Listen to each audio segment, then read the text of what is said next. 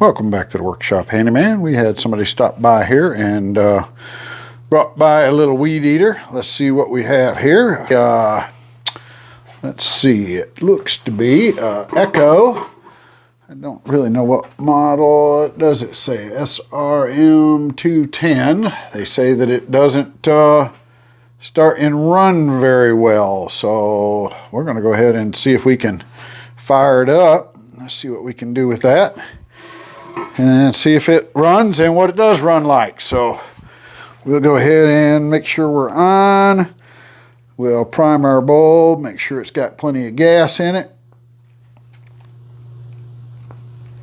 And let's see if she'll go ahead and fire up.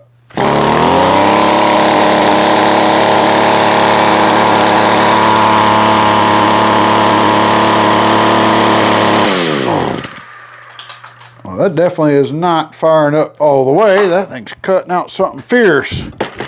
Okay, so I don't know if you could really tell that by listening to it, but it definitely didn't sound good. It looks like this thing is fairly old. It's got a little bit of dirt around it. I don't know.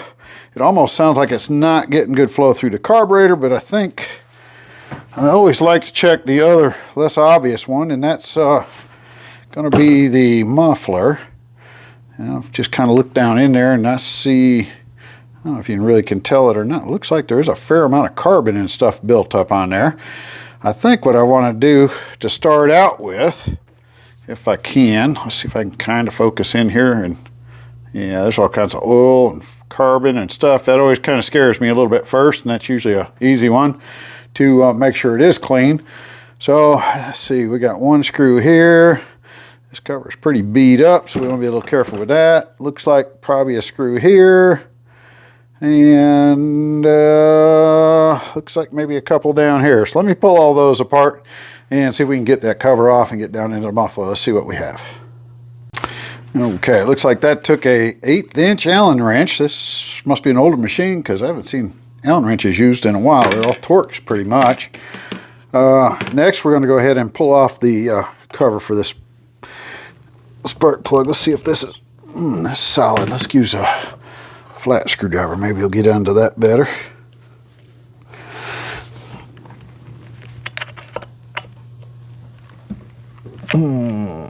That doesn't want to seem to grip too well either. We're going to have to really work on this one because that one is almost maybe filled with carbon also, just on the edge of it. None of these are wanting to come out of there. Screwdriver. I think I'm going to go ahead and see if I can find something that'll fit down in there even better than this screwdriver. But I don't know if you can see what I'm doing there. Let's get that on there a little bit better.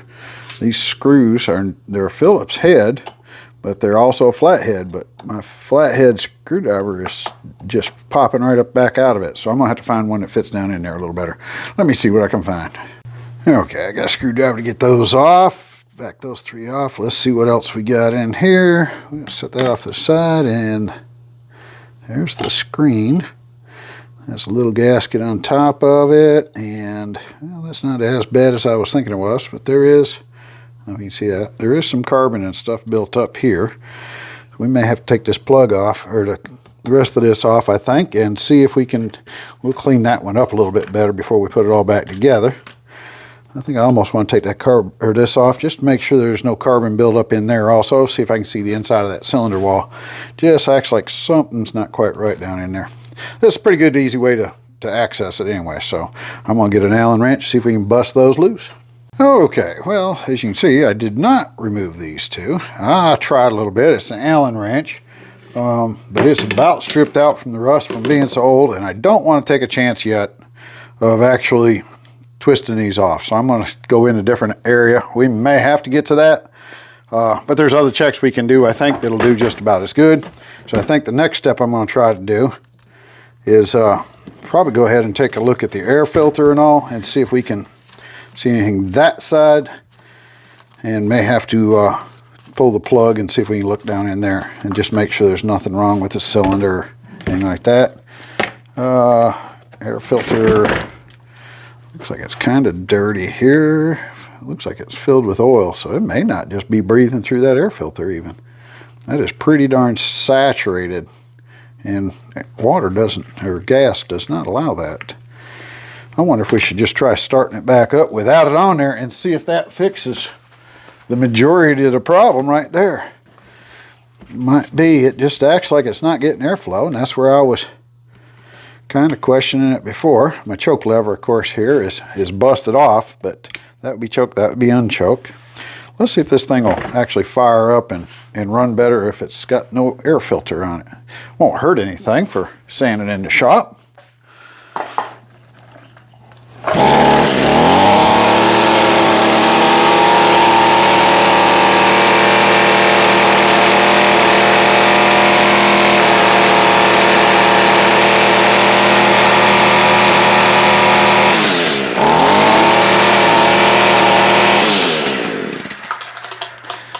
It's a little bit better, but it definitely is not where it needs to be, so we'll have to do a bit more investigating. Let me see what we can do to look down in here and see if we can find something else we can adjust on, make sure our fuel filter's not plugged and it's starving. So maybe I'll see if I can get into the gas can here, or gas cap, and see if that thing's plugged up. See what's going on with that. We should be able to just reach in there and snag that out. Usually that's not a big issue. Pull that out the way for a minute, and I just take a piece of wire, and usually can just put a little hook on it, something like that, and we'll just go in here and snatch a hold of it and make sure that that filter looks like it's clean. Don't really look bad, but we can take that thing off, I think, and try not to let that drop back in there. Maybe let's see if we can hold that right there a minute. I might just swap that out. I've got a new filter, but I don't think that's really bad. We might just blow that one out. Let me go ahead and clean that out, and we'll check it out. I don't know if you got a good shot of that when I was pulling it off, but I think I've got several of these laying around, so I could do either one, clean that one or put a new one on. Let me see what it does. Okay, I think the next thing I wanted to do was check the plug. I went ahead and pulled that off, and we pulled the plug out. It's a little bit warm still. It doesn't look real bad, but it's definitely black, which means it's definitely not burning real clean. Probably what I'm seeing is, like I say, that gas air mixture is not quite right. I'm not really seeing an adjustment on the jets or anything to be able to change that, so I'm going to have to find something there for that. But I think I might go ahead and put a new plug in there just to start out with, and see if I can't find me another one that's in there. This one here, I don't know if I can get that to focus or not. Yeah, BPMR7A. Let me see if I can find another plug, put it on there, see if that helps any. Okay, I stuck on a new plug and I fired it up. I didn't let you hear it, but it sounds the same, so that didn't make any difference. Didn't really think it would, but I like to try to start it each time, see if it makes any difference. We'll probably leave the new plug in there for them anyways. I think next thing we're going to do is go ahead and check this carburetor out, see if we can find some jets or something to clean. It's just a matter of taking these two screws out and pull that whole carburetor off of there. And probably take this, there's 3 screws holding this top side on. We'll take those out and kind of bust this thing apart and see what we can find in there. Okay, well, I don't know everything about all these, but as the workshop handyman goes, we figure stuff out as we go. We have pulled this out. It's a little bit different contraption than I've played with before. Looks like this is your whole throttle assembly when you pull on it. I don't know, I think you can see that all right. When you do your throttle, it just simply spins that and allows it to move within that little cavity down in there. And you see the little jet down in the bottom. I would guess that's what that is.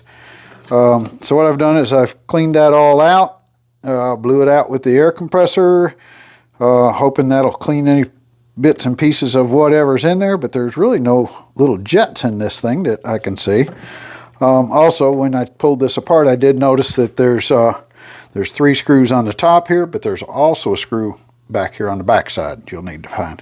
And it looks like that screw's slightly smaller than the other 3, so when you do it, you might want to keep track of that. So I think what we're going to do is call that good. We're going to put it back together. It just slides in there.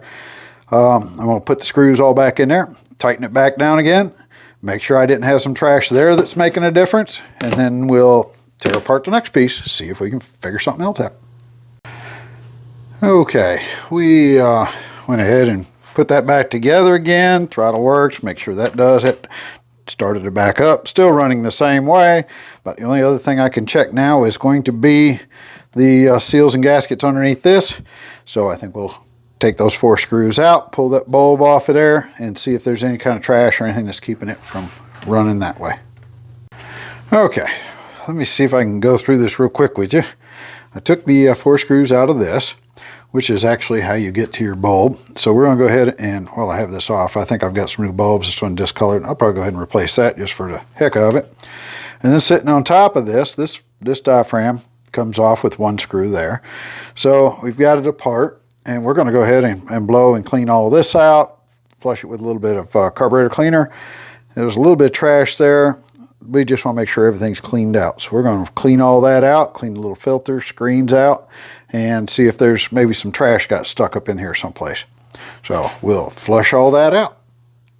Okay, the other part of this I did want to say something about is the other side of this. We got a little gasket or a little diaphragm and stuff on this side. We need to make sure there's no real holes in that, and the little flaps here are good. We're going to go ahead and rinse and flush that out also.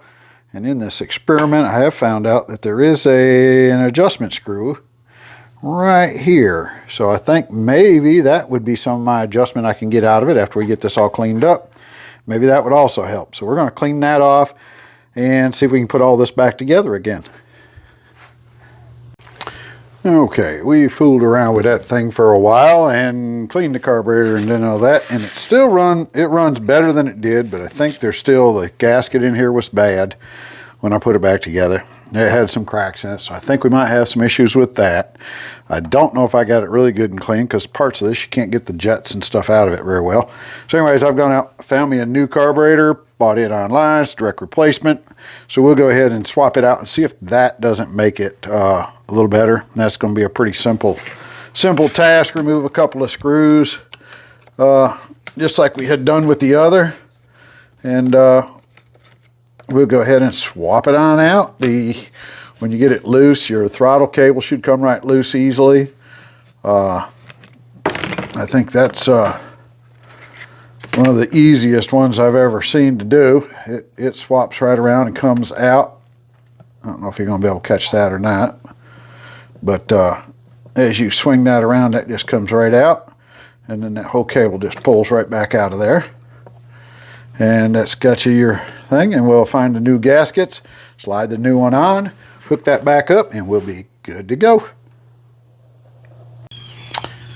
Okay, we went ahead and did a replacement of the spark plug. The new carburetor's been installed on it, which comes with the new primer bulb, all the new fuel lines, new fuel filters in it, all came with the kit with the carburetor. So we've got that all figured out. We're going to go ahead and see if we can start it up, see what she sounds like.